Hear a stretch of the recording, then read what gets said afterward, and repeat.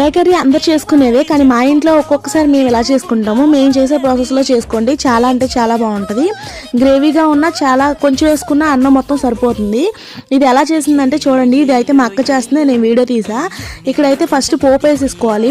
తాలింపులు, జీలకర్ర, ఆవాలు అన్నీ వేసేసుకున్నాక ఆనియన్స్ పచ్చిమిర్చి ఫ్రై అయ్యాక టమాటో కూడా వేసి అవన్నీ చక్కగా మగ్గాక ఇక్కడ తీసుకున్నాము. ఇవి ఆర్గానిక్గా పండిన వంకాయలు ఇంట్లో కాబట్టి మా షాప్లో అయితే ఏమీ లేదు, ఎవరో వేసారు. అందుకని చెప్పేసి ఇవి అయితే వంటకి తీసుకొచ్చాము ఈరోజు.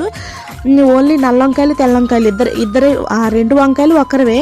అవన్నీ వేసి చక్కగా మగ్గాక ఉప్పు, కారం, పసుపు అన్నీ వేసేసుకున్నాక ఇంకా దింపేస్తాం అనేటప్పటికి కొంచెం అల్లం వెల్లుల్లి పేస్ట్ వేసుకుని కొంచెం ధనియాల పౌడర్ వేసుకొని మొత్తం అంతా కలిగి పెట్టేసుకొని ఒక 5 మినిట్స్ మన సిమ్లో పెట్టి దాన్ని అలా మగ్గిస్తే సూపర్గా ఉండే ఎమ్మీ కర్రీ అవుతుందండి. ఇది క్యాటరింగ్ స్టైల్ కర్రీ అని కూడా అంటారు కొంతమంది.